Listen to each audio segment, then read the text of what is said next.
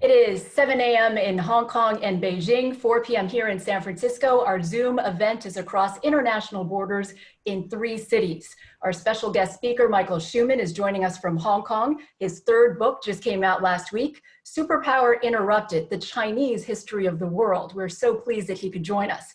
We have 60 minutes for today's program. The format, I will introduce Emily Feng, who is joining us from Beijing. She'll introduce Michael, and then we're going to open it up to audience Q&A. If you have questions, enter them in the Q&A box at the bottom of your screen, and you can go ahead and start doing that now if you'd like. This event is on the record. We have press with us, and we are recording. In our audience today, we have our honorary chair, Jack Wadsworth, our chair, Ken Wilcox, 11 Northern California board members, and 7 innovator members with us. We have VIPs from NEA, Kenson Ventures, Deloitte, Gensler, AT&T, Christie's, Rand Corporation, UCSF, Columbia, Princeton, and Stanford. Welcome also to our Singapore Consul General, Daryl Lau, and our Asia Society Global Trustee, Fritz Demopoulos. I'm Margaret Conley, the Executive Director of our Northern California Center, and I am pleased now to introduce our moderator, Emily Feng, who is NPR's Beijing correspondent. We hear her all the time here on KQED. Emily joined NPR about a year ago, and before that, she was a foreign correspondent with the Financial Times. She's covered a broad range of topics, including the economy, politics, the environment, and technology. Emily, thank you so much for moderating today, and welcome. Thank you, Margaret, and thank you. Yes, I'm unmuted. And thank you for that really kind introduction. It's now my pleasure to introduce Michael, who is the speaker for today's event. Michael is a friend, a longtime China journalist, and a history buff. He's been reporting from East Asia for much longer than I have, since 1996. He's been a senior correspondent with Time magazine and with the Wall Street Journal, and he's also a prolific author. He wrote Miracle about Asia's economic rise and a historical biography about Confucius. I also have to say, Michael is not just a longtime journalist in Asia, but he's also been a bit of a mentor. I first met Michael when I worked with him on a number of stories as a researcher back when I was first starting my career in China. So Michael, welcome, and I look forward to talking to you about your book. Thanks a lot for having me. Thanks to the Asia Society for organizing this event. I really appreciate it. And of course to you, Emily, for taking the time to help out and moderate today. I really appreciate it as well. Of course. Why don't we begin by asking about the genesis of this book? Why did you first start writing it, and what was your vision for this book? It's interesting. This book started with me thinking about how history is taught and what different people know about history in different parts of the world. You know, I think that when, like, you grow up in the U.S. like I do, you get a certain focus to history that's based on basically Western civilization. So, you know, you usually start with, you know, Greece and Rome, and you go through the development of Europe and the rise of Europe and the United States, this kind of thing. And other parts of the world factor in, but really usually only in the context of that narrative. And that got me, you know, when I went to high school, for example, my choices of history were American history and American history. It's really all we had. So, you know, what this got me thinking that other people probably learn history in a similar way, but in entirely different narratives. So if you're in a different part of the world, you've learned in more or less an entirely different story that has very different events in it, and people and philosophers and books that are important, and that's created basically a different narrative of world history. And being that I'm in Asia, I started thinking, well, you know, China actually has one of these narratives of world history, a history of its own view of the world.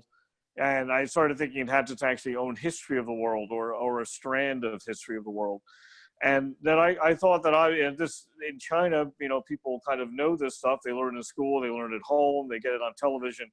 But, you know, around the world, probably people don't know very much about it. And with China becoming obviously so immensely important to, you know, to everything going on, I thought that it would be helpful for people in the U.S. and elsewhere to learn more about this Chinese narrative of world history, and then what it means for the current day. I also just want to know if people have questions while Michael is talking, I'm happy to take them if they fit into the flow of the conversation, so it can be a little bit more interactive with people who are tuning into the live stream. It doesn't have to be me just asking the questions for the first 40 minutes. Thank you, Michael. So, I mean, you've been reporting in and out of Asia and China for decades, and you know that China loves to tout this 5,000 years of history line. They're very proud of their history, but at the same time, their history is very carefully curated, and that curation can change depending on what the political winds are at the time. So I'm curious that when you were writing this book, how did you curate which historical narratives you wanted to include in this book, and were there particular sources you did or did not want to use while writing the book? Yeah, it's an interesting question because I pitched this thing to publishers, and it was only after I really started researching it that I kind of realized the pitfalls I'd gotten myself into, and the problem, because you get into, well, really, you know, what is history? I mean, history is really what you make of it, and people have it all over the world, you know, have rewritten and reinterpreted their own history, and then probably reinterpreted it again, and so I started to try to figure out, like, well, how do you even begin to tell a Chinese history? What I decided I didn't want to do was write what I call a Communist Party history of the world. You know, this government does a lot of rewriting of history, and I thought it would not be helpful to do a version of history that is kind of been is heavily influenced by the current political environment. So what do? Well, I decided to go back through time to some of the earliest texts and writings that we have from China, and see what different scholars and historians and poets and whoever, what they were writing about at the time, about their own experiences, about how they saw the world at the time, how they saw the events of their time, what they thought China's role in the world was, what foreign relations were like at that time, and what Chinese thought about foreigners, and then kind of trace this. I wouldn't say in real time. In some cases, the sources are not immediately contemporary. In the ancient stuff, you're lucky if you're getting, you know, a couple hundred years close to the events. But whatever I had that was actually close to the events of the time, to then kind of tell this Chinese history of the world through the eyes of Chinese writers in their own time periods. And I thought that was a way of kind of stripping away some of the problems in dealing with kind of modern political interpretations and other things, and to get at how Chinese were feeling over at the time things were happening, and then try to figure out, well, you know, what trends and what themes can you learn from there. The title of your book, of course, is Superpower Interrupted. And a big theme in the book is just how global China was, even if it was unwittingly so, how China views foreign countries or vassal states, and in turn might have been influenced by tributary states or even tribes within its own borders over its long history. How has that degree to which China is embracing concepts that it considers foreign, how has that changed? I'm sorry, Emily, I didn't hear you. I'm sorry. I was talking about China's openness to foreign influence and the diversity within its own borders. And I'm curious, as you were doing this research, putting together this book, whether you've observed changes to the degree that China is open to being influenced by these foreign concepts, and how that might influence their current approach to foreign policy, to industrial policy, and so on. Right. I think what I found interesting about Chinese interactions with the world, I mean, going back to you know, very early stages, going back to the Warring States period, when philosophers, you know, were writing about themselves versus the rest of the world. I mean, one thing that struck me was how Chinese were writing about how they saw their civilization as civilization, and and then therefore by definition everybody else was not civilized. And the idea was that basically civilization and culture would flow out of China to the rest of the world. You know, there's a passage from Mencius where I do not have it memorized like Chinese students did for centuries and centuries, but something to the effect that you know, he had heard about barbarians being influenced by Chinese civilization, but he had never heard about it the other way around. And to a great degree, that was somewhat true. When you look at, you know, when you look at East Asia, you know, what is East Asia? East Asia is to a certain extent a Chinese, you know, cultural zone that where the other societies in the region use Chinese characters, and because of that, adopted a lot of elements of Chinese language. They read Chinese books. They conducted their diplomacy in Chinese. They borrowed government institutions and legal codes and artistic styles from China, and that's really why East Asia is East Asia. At the same time, you know, I think there's something of an idea that the Chinese were isolationist or anti-foreign or whatever. That's actually not true either. There is a tremendous amount of interaction between China and its neighbors, and there were periods of Chinese history that were fantastically open. Most notably during the Tang period, when foreign ideas and foreigners and foreign fashions were very much in vogue. So I think even though I think in this, there's certain I don't want to say ideology, but a certain kind of thinking in China that their culture was always superior and therefore should be adopted by others. The story really isn't that simple. The real story of the Chinese history of the world was in tremendous interaction between China and its neighbors that, you know, continued into the modern period. A lot of modern political concepts that were found that were very popular in China in the late 19th, early 20th centuries, and among Chinese reformers, Chinese actually learned maybe to a great degree through Japan. You almost had kind of a reverse cultural flow in that way. So, the picture of Chinese history is actually much more complex than I think even many Chinese understand and believe. So we have a couple of questions now from people who are tuning in, and I'll ask them as they fit in.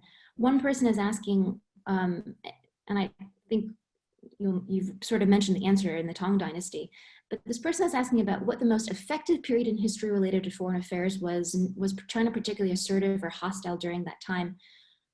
I would hazard to say that it might be the Tang Dynasty, and there were two dynasties under which China was ruled by foreigners, so to speak. But maybe you could highlight some episodes that might surprise people who have not yet read your book, in which China was surprisingly diverse, even if they weren't willingly so during its long history. I'm sorry, Emily. I didn't hear you again. I'm sorry. Someone was asking when China was the most active in foreign affairs in its period in history, and was it hostile then? Was it diplomatic? I'm sorry. I'm having a lot of trouble with hearing her. I'm having a lot of trouble hearing you. I'm sorry.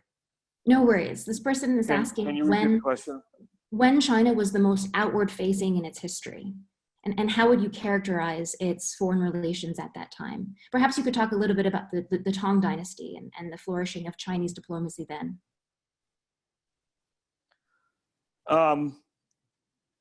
Okay, I'll take a best shot at this based on what I heard.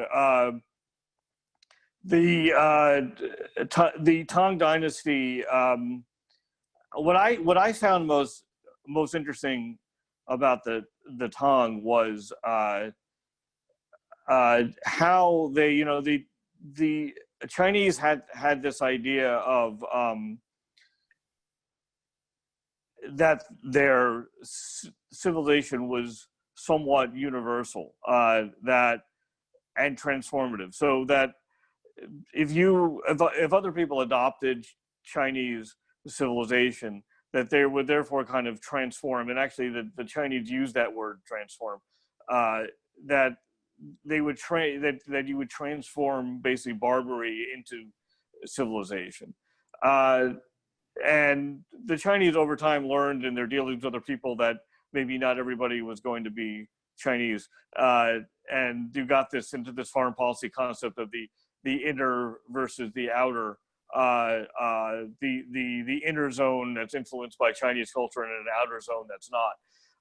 But what I found fascinating about the Tong is how they kind of embrace this idea of kind of a China without boundaries, that a China that was willing to kind of adopt and bring in all kinds of foreign ideas and also export Chinese civilization. So, for instance, the Tong built dormitories in cities to house foreign students coming to study at Chinese academies, to kind of encourage people to come to China, and learn.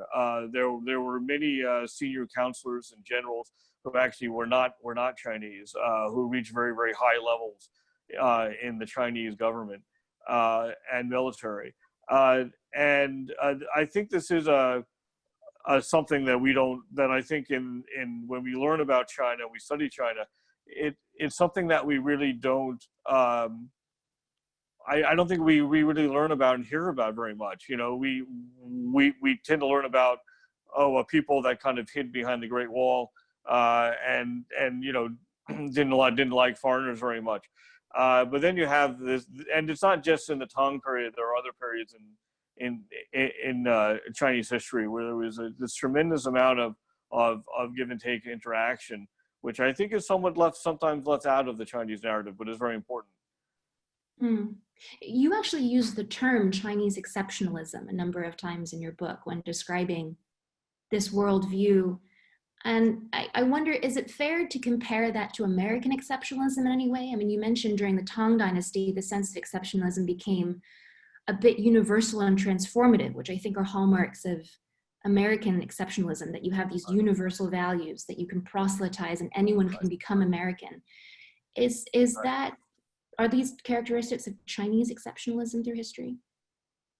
Yeah, it's kind of interesting. I called the other day the kind of unfortunately rising tensions between the U.S. and China as a battle of exceptionalisms. When you grow up in the U.S., you kind of have this feeling that the U.S. is that kind of city upon a hill, right? The idea that the United States has a mission almost to bring liberty and freedom to the world. That the U.S. has kind of reached a certain level of human civilization, and we want to bring this to everybody else. And the Chinese had very, very similar concept from a very early stage. They looked around them and they decided that our civilization is superior to others, and therefore the Chinese felt that they had almost a mission to civilize the barbarians, to civilize the rest of the world, and by bringing Chinese civilization elsewhere, you were basically transforming the world. And what makes this, I thought, especially interesting, especially in kind of ancient times, there was almost a feeling that being Chinese was something of a state of mind, where this was before the idea of kind of strong ethnic and national identities. That basically you could almost become Chinese if you adopted Chinese culture and you adopted Chinese values, and therefore you basically were Chinese or were something close to being Chinese. So you had this very open concept, very almost enlightened open concept of what a society really is. And as I mentioned now, I mean, and I unfortunately is seeking a negative turn. But you can see the U.S.-China conflict, in these terms, where you have a United States that wants to bring democracy and human rights and liberty to the world, running into a society that believes that it should also have an important global role in the world, but has a very different perception of itself and what it wants the world to look like. There is this tension running through your book, and different dynasties come down on different sides of this, of who can be considered Chinese, how Chineseness is defined, particularly in contrast to people who are not considered civilized, whether that's the Rong and the Di, or the Xiongnu, which you write a lot about.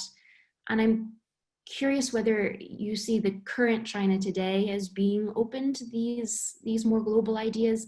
And someone asked in the Q&A chat as well about whether this, whether China's history, this approach to who can be Chinese, affects their cultural and business practices today. I'm guessing a lot of people who are participating in this chat today have worked in China, have Chinese friends, have relationships with Chinese organizations and people. Yeah, it's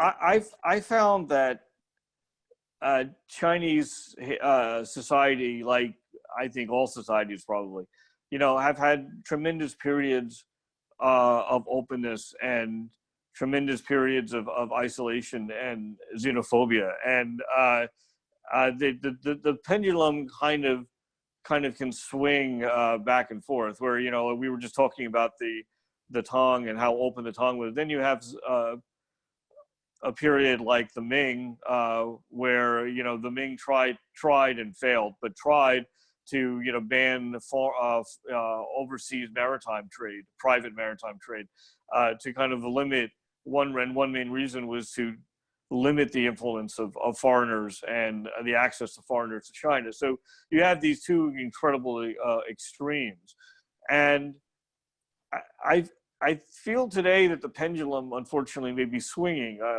When you look at the reform period that began in the 80s, you could see it as one of these tremendous periods of openness, and where China was bringing in a lot of new ideas, where foreign business, I think, was quite welcome, was bringing in the expertise and the technology that was needed. Foreign economists were very popular, and it was a period, and Chinese were traveling more and experiencing more of the world, and this was kind of one of those periods of openness. And I think what I find as unnerving today is that I feel that this maybe the pendulum may be swinging back, and you're entering into one of these periods where especially the Chinese government, less so than I think the Chinese people themselves, but the Chinese government feels that China needs to do everything itself. That China needs to have its own technology. That it can't rely on foreigners for its technology. That China wants to have companies that compete in every sector. They don't necessarily want to have foreign companies playing an important role in important industries in China. And I think, unfortunately, you see it in the middle of this pandemic, the attitude that the government has tried to foster towards foreigners, and almost create a kind of a fear of what's coming in from the outside. And I hope that's not the case. I hope that the pendulum is not swinging. But I know as a foreigner who's been in and out of China for a couple of decades now, that I'm feeling that we're heading into one of these periods where we're more like the Ming than the Tong, unfortunately. And what that, I think that's something that American business today has to actually kind of grasp. There's tremendous economic opportunity here, obviously, and American companies, many of them do very, very well here. But I think there's a real question about what is the attitude towards China? What is the attitude towards foreign companies and foreigners more broadly going to be going forward? And and you see this actually even internally with the treatment of minorities here recently as well. So I think it's really going to be one of the big questions to watch over the next, I'd say, five to 10 years. How is China's attitude towards the outside world going to change, and what form is it going to take? Can you talk a little bit about the development of the Chinese bureaucracy through multiple dynasties, and what elements of that were taken and borrowed as China transitioned into becoming a modern nation state? Someone in the chat has asked, why doesn't China ever adopt any form of democracy? Which I think is maybe a difficult question to answer, but in your book, you do talk a lot about these practices that China adopts throughout dynasties to cope with such a large, diverse population over a huge landmass. And I'm curious about what kind of governance idiosyncrasies, characteristics we see now that stem from these historical issues. Yeah,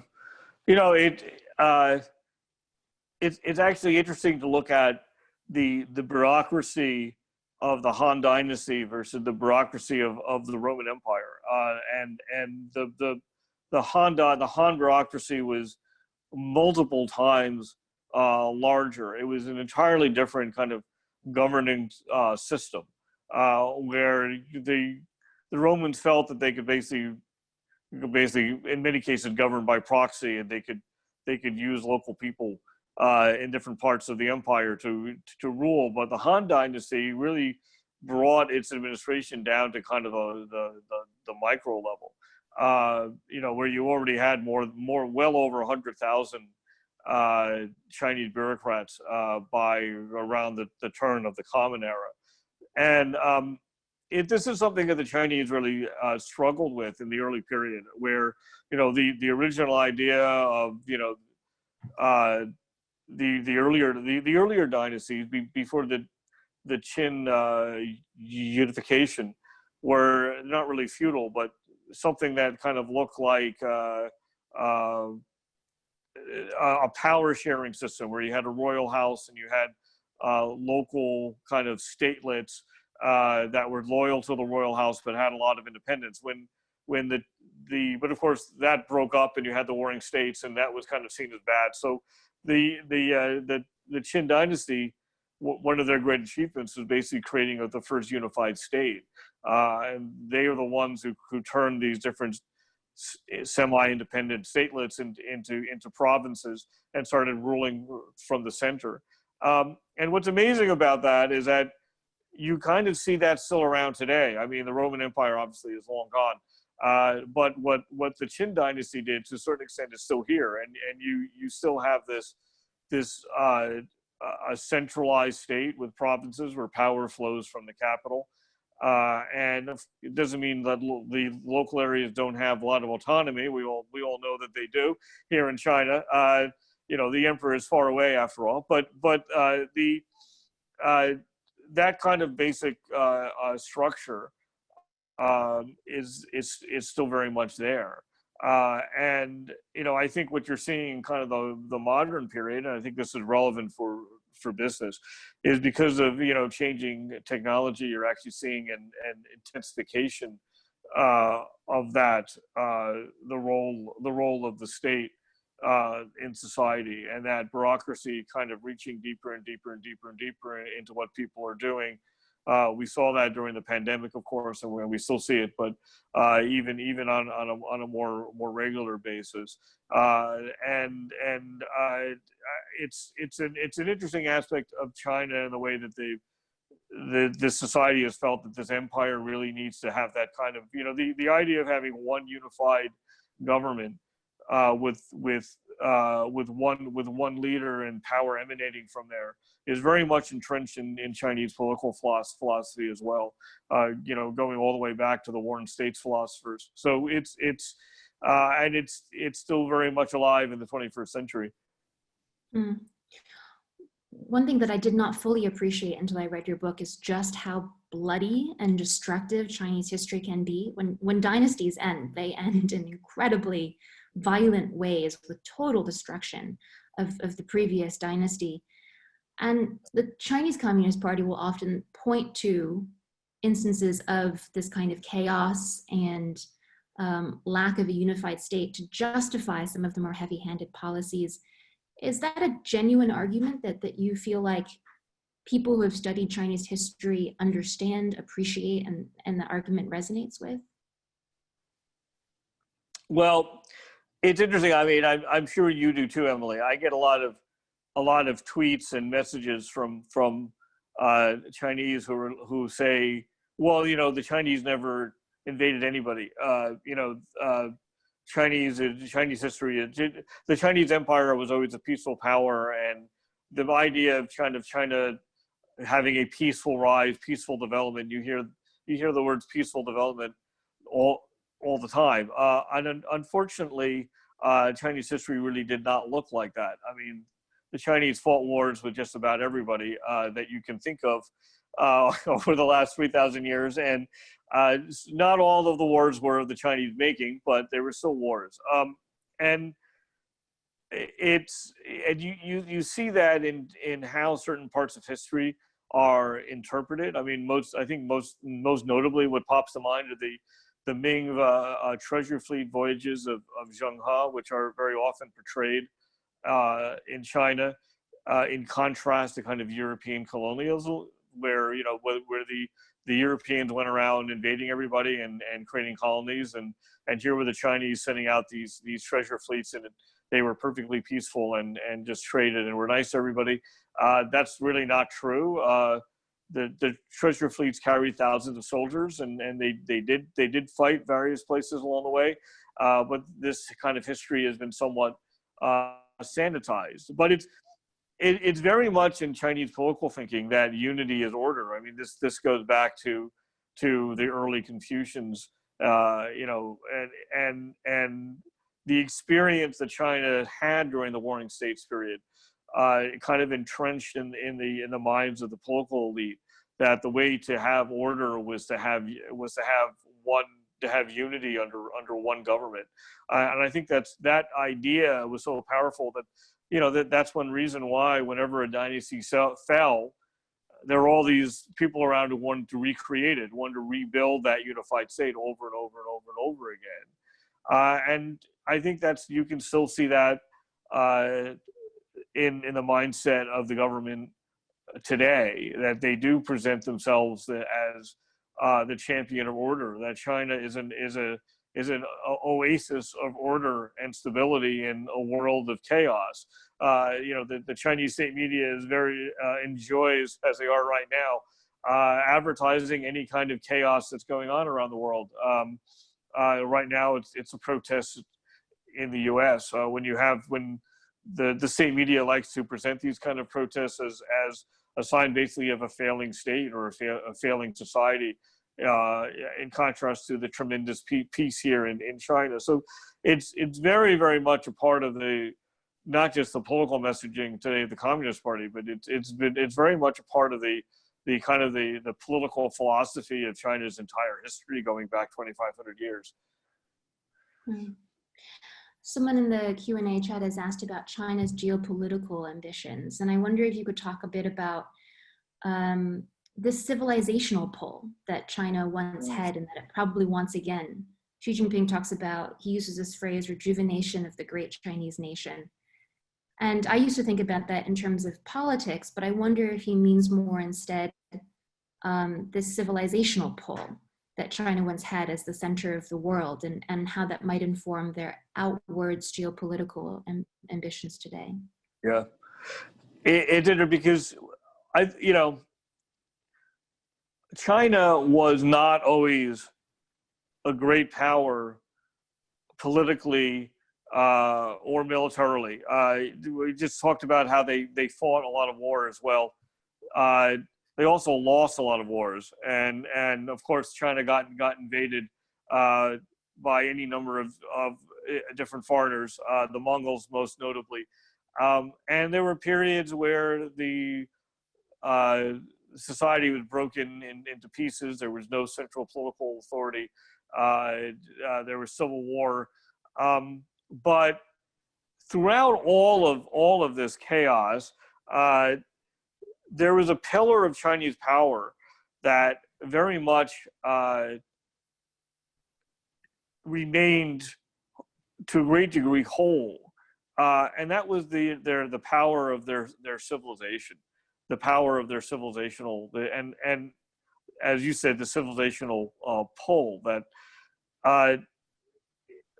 that even when China was weakened, the rest of the region looked to China as for its cultural influence, and maintained that bond with China, even when China was politically weakened. I mean, one part of Chinese history that I found especially fascinating, that I actually really didn't know that much about, was what they call the period of disunion between the Han Dynasty and the Tang Dynasty, roughly, and when there was no unified political entity for 350 years. And what I found fascinating about that period was how that was really when Chinese cultural influence spread very widely, or started to spread widely around the region. That was a period when other societies started using Chinese script for writing. They started looking to Chinese political institutions to kind of create their own governance systems back home.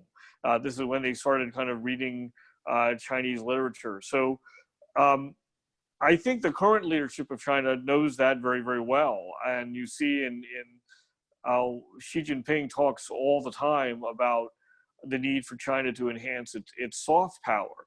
And why is that? Because President Xi is extremely knowledgeable about Chinese history, and he knows very well that this was always such an important part of Chinese power. And the Chinese are playing on this. It's why are the Confucius Institutes called Confucius Institutes? It's not an accident. They're using the Confucian name because Confucianism was always such an incredibly important part of Chinese cultural influence around the region. So I think that's going to be a very big part of the mission of this current government, to expand its influence around the world, to try to rebuild that civilizational power that China used to have. I think that's an area, compared to their economic influence and political influence, I think that's an area that's seriously lagging right now. But it is something where they will, I think this government will most certainly keep trying to expand that. Depending on who you ask, particularly in Washington these days, China is either going to take over the world, or that the Communist Party that governs China currently has so many internal and inherent weaknesses in its system that everything is going to collapse before China reaches its ambitions. In your book, you see very clearly China has had strong dynasties, they've had weak dynasties, they've been united, they've been disunited. Are we mistaken in projecting this inevitability to China's rise currently? I mean, history tells us that China has not always been rising, even if it always has been a superpower civilizationally. Right. And someone is asking in the group chat whether it's wrong to subscribe a teleological advance towards superpower status for modern day China, and whether we might see a lapse into anarchy again. Yeah, I mean, you're getting into. I'm not a huge fan of historical inevitabilities, but one thing that I think is really remarkable about Chinese history is how often the society rebuilt the pillars of its power. We just talked about the period of disunion where there was no centralized state for 350 years, but that eventually, it's the Tang Dynasty that rose out of that. And each time the dynasties fell, it's not like automatically another one showed up, but out of these times of chaos rose, and basically another great power. And this gets you into this thinking of, well, therefore, is it just inevitable that China is going to be a great power? It's just a matter of time. China's been in a weakened state for 200 years, but in Chinese history, it's really not that's not a very long time. That's kind of like a short chapter. So, I think that because of the nature of the society, because of the size of the country, because of the motivation of the people, I think it is safe to kind of think, well, China is going to be a great power on the world stage, probably should be a great power on the world stage. And actually, stepping back, that is an interesting aspect of the Chinese view of the world, that the Chinese actually feel that they have a right to be a great power because they're a great civilization. It's not just they can be a great power, but that they should be a great power, that it's their proper place in the world to be a great power. Having said that, there's also a lot of there's no shortage in Chinese history of people who tried to be emperors and failed, of dynasties that looked really, really powerful at the time, and then things didn't really work out particularly well for them. Remember the great Qin dynasty we were talking about that unified China only lasted for 15 years. So even though, maybe the rise of Chinese superpower maybe is inevitable at some point, it doesn't necessarily mean it's going to be now at this moment. It doesn't necessarily mean it's going to be under this government at this moment. So I don't think we should make kind of some simplistic assumptions about what's going to be happening in China over the next 25, 50 years either. I am going to start turning more to the audience questions and answers now. And for time's sake, I think I will summarize, simplify, and also mash together a number of overlapping questions. But someone is asking why you suppose the Communist Party's current project of the Great Rejuvenation does not model itself after Tang Dynasty ideals of openness, of diversity, of free trade. I wonder, and maybe this is a different way to look at it, whether you see the Tang Dynasty as the epitome of what Chinese civilization could be, or if you see it as an exception. Hello? Yep, you're back. Can you hear me now? Yeah, it's for the audio went out for about 10 seconds. I'm sorry. I was asking whether you see why the Chinese state's vision for itself right now has strayed a bit from the Tang Dynasty ideals of openness and free trade, and whether you see the Tang Dynasty as the epitome of what Chinese civilization could be, or whether you see it as an exception in China's thousands of years of history. I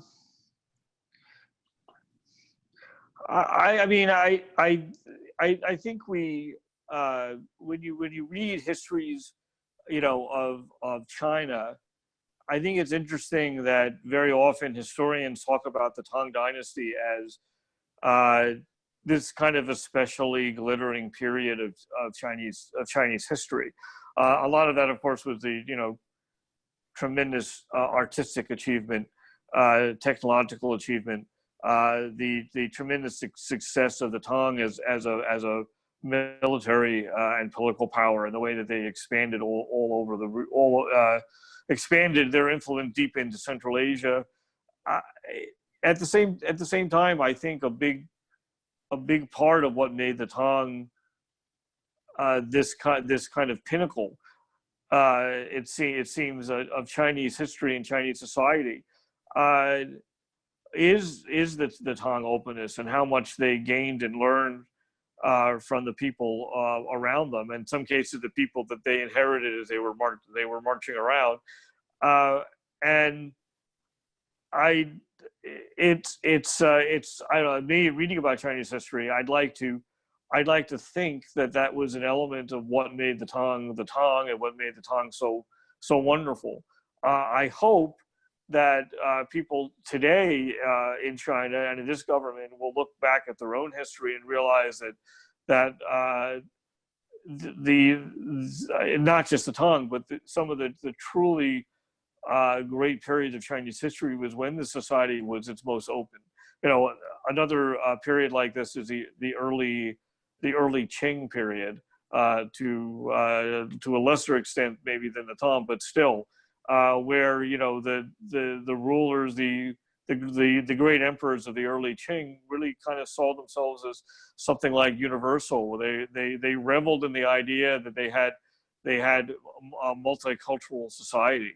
They liked the fact that they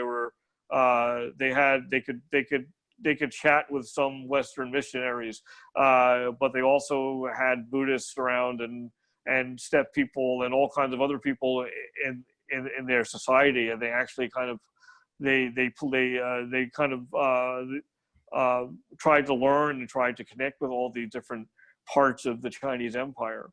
So I hope that when people today, and I know that leadership is quite knowledgeable in their own history, that when they look back at their history, that they'll make this distinction, that they'll realize that when China was probably at its greatest, it was probably also at its most internationalized and most open.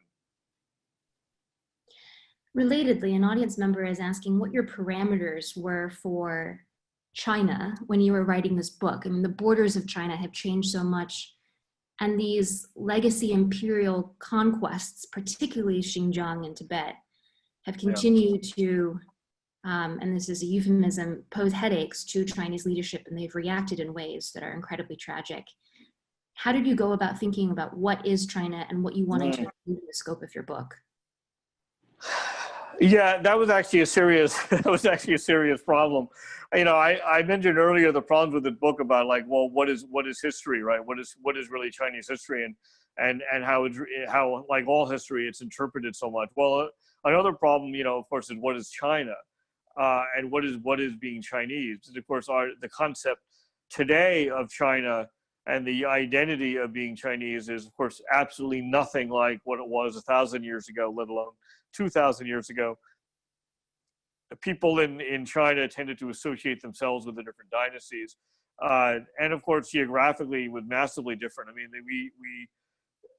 you know, the Chinese Empire was only periodically at the extent that the current nation state is now. So you got to the issue of, you know, how do you define China, and how do you even refer to China going back or in all this time, and what do you include in, or what is part of China 2,000 years ago and what isn't? I hate to say this, but the way I dealt with that problem is basically not dealing with it. I decided that it was that for the sake of the sanity of the reader and probably my own sanity, that I was just going to have to simplify it and use the terms China and Chinese throughout the whole book. But the way that I follow, though, I tended to follow Chinese historiography, because the Chinese historians, going back again to, you know, a very early period when histories are first getting written, kind of wrote their own process, their own series of dynasties and people and whatever who were important in their own history, going back to a very early, in many cases, a mythical period. So I decided, basically, because this was a Chinese history of the world, to find China and the way the Chinese historians had to find China through time, and what is and what isn't included. But also, getting more to Emily's point, you know, the concept of what is China and what is Chinese has also very much changed. I mean, when it was interesting in the Qing period, when the Qing had conquered all of these various peoples in Central Asia, how they consciously changed the idea of China, where the emperors would talk about how, well, in the past, the Chinese felt that China was an entity of kind of the Han people that had a certain geographic area, but we don't think that. We think that basically China is what we've made China, and that idea really kind of stuck into the modern period, where this idea got adopted by Chinese scholars, and they started to take on what is basically a Qing, a Manchu idea about what China should really look like. And that actually holds today, where, of course, the current government takes very seriously its geographic boundaries and its geographic extent, and what territory is properly Chinese and what isn't. And I think the idea of China is basically, it's constantly being redefined as to what it means, what is being Chinese, what's included, what's not included. And it's something I think the current Chinese, based on what's going on in Xinjiang, is actually kind of struggling with what is the Chinese identity. We know what the geographic boundaries are, but what is the identity of China? I think this government's slightly confused on that point, where they like to think of themselves as a multicultural state where everybody has shares in this idea of China.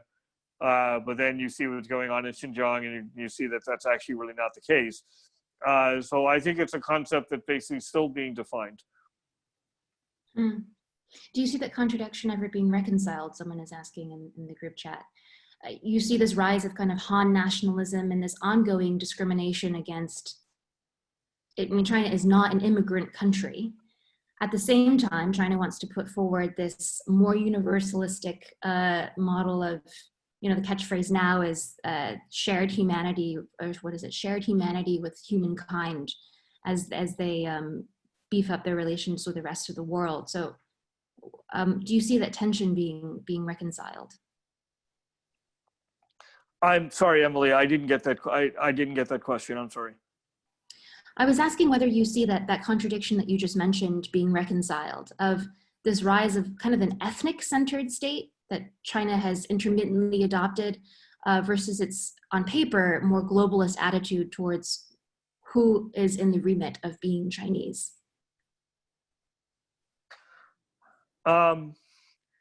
Okay, I'm sorry. I didn't get all of that. I will. I think going forward. I think going forward, if this government is going to avoid some of the issues that it's having with its minorities, it has to take a more Qing-like attitude towards what its empire actually looks like. Especially in the early years, the early Qing emperors are actually very good at kind of presenting themselves different ways to different parts of the empire and the different cultural elements in it. They actually had a part of the government that was specifically designed to deal with non-Chinese within the Qing Empire and outside of it. They were very conscious of this idea that they had citizens or people being governed by the dynasty that were not Chinese, and they were equally conscious, as they were not Chinese, they were equally conscious that they had citizens that were Chinese, and that they had to deal with these people differently and fairly, and they had to have had different policies towards them, and yet somehow managed to be kind of inclusive, and that was their way of being inclusive. So I think this government has to realize that China today is not 100% Chinese, and they have to learn, looking at what these dynasties have done in the past, and as a way of learning how to better interact with the people in their own society. China did not always operate in the way that this current government is in regard to its minority populations. I'm going to collapse two questions from two different audience members about how you see the Chinese Communist Party and the modern Chinese state in the context of Chinese history. Is this just another dynasty? Is it, if it is, somehow different in nature than those that came before? And is Xi Jinping's current, more Maoist style of governance of China something that will end after his tenure? Or, as one audience member asks, will China's population want reform? Big question. Yeah. No, it's an interesting question. I mean, technically, of course, the current government is not a dynasty, and there are no the emperors ended in 1912, and there are no emperors, and this is a difference. This is a communist government with the constitution. But when you look at what's going on, you can see the similarities between the government today and the rise of China. You can see it very much like another imperial restoration, if you want to put this in the context of Chinese history. Look at another rising dynasty. Look at the Tong or the Ming or whoever. You know, you came out of a period of disorder and chaos caused by whatever it was, a fall of a dynasty, an invasion, whatever it is. Like now, you're coming out of a period where, you know, China was somewhat weakened in the world. There was a lot of domestic turmoil over an extended period of time, and yet now you have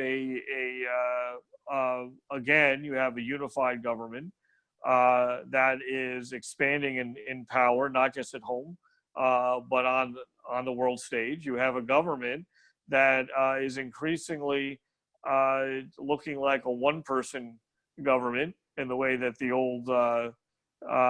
old dynasties were, where you had basically one source of political authority. So you look at this, and it's not such a great leap to look at to say that this government is kind of very similar to an old rising dynasty, and what's going on today in terms of China's role in the world is not all that different than what was happening with another rising dynasty. And when you look now when you read Xi Jinping's speeches and the thinking coming out of the state media, to a greater extent than in the past, this government, I think, is presenting itself as something of a successor state to the old dynasties. They don't, of course, use the old dynasties used to say, oh, you know, basically actively say they're a recreation of the Han or the Tong or whatever, but this government does not do that, at least not yet.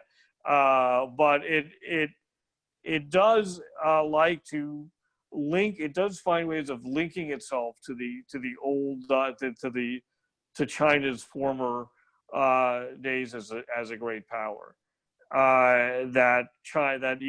This government does talk about how it promotes Chinese traditions and Chinese traditional society. What is the Chinese dream? The Chinese dream is really the restoration of China on the world stage. So you can see elements in the current rhetoric of this government in which it is actually trying to put itself into this great narrative of Chinese history going back more than 2,000 years, and placing itself in that history, and referring to itself and presenting itself as the way that China can restore its former greatness that it had in that history. So they are trying to draw a line. They're trying to reconnect the current days to the old days in the way that the communist government had not done so in the past. I think that's a great way to end. Michael, thank you for answering our questions, and congratulations on the new book. Thank you so much, Emily. Thanks, everybody. And thank you again to the Asia Society for planning this for us. I really appreciate it. Really good conversation. Thanks, Emily. Thank you, Michael, and thank you, Emily. I think that's the first time we've had both of you speak at our center, and we hope you come back and visit us as soon as you can. It's so great to see you there, both in Hong Kong. We could see the skyline behind you there, Michael, and Emily in Beijing. Now, the premise of Michael's book is to learn more about China from China's point of view, and we're trying to do that in all of our programs, and in particular, a teacher's workshop that we're hosting on July 31st and August 1st. We're doing this in partnership with 1990 Institute. We're bringing our speakers and programs into classrooms, and we welcome you to join us. A lot of these sessions will be open to the public, so you can go ahead and check out our website. You can check out asiasociety.org/online for all of the virtual programs we're doing at our 13 centers around the world.